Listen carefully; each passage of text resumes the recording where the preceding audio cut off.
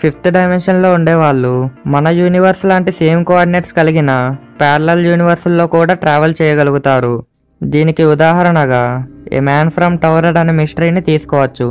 1954లో టోక్యోలోని హెనిడా ఎయిర్పోర్ట్లో గుర్తు తెలియని వ్యక్తిని రెగ్యులర్ కస్టమ్ చెకింగ్ చేస్తుండగా ఆ వ్యక్తి దగ్గరున్న పాస్పోర్ట్ టౌరెడ్ అనే దేశానికి చెందినదని దాని మీదున్న గవర్నమెంట్ స్టాంప్స్ బట్టి గుర్తించారు.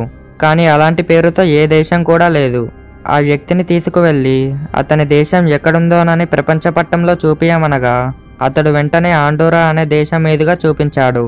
ప్రపంచ పటంలో అతని దేశం లేదని ఆందోళన చెందాడు. అంతేకాకుండా ఆ దేశం గత 1000 సంవత్సరాలుగా అక్కడే ఉందని చెప్పాడు.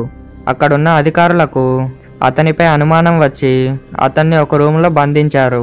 ఆ వ్యక్తి తప్పించుకోకుండా కాపలాగా 2 అధికారులను కూడా బయట పెట్టారు. మరుసటి రోజు అధికారులు ఆ గదికి వచ్చే సమయానికి ఆ వ్యక్తి కనిపించకుండా పోయాడు. అతనితో పాటు తన పాస్పోర్ట్ డాక్యుమెంట్స్ కూడా మాయమయ్యాయి. దీని ద్వారా అతను 5th డైమెన్షన్లో ట్రావెల్ చేస్తున్నట్టు అనుకోవచ్చు.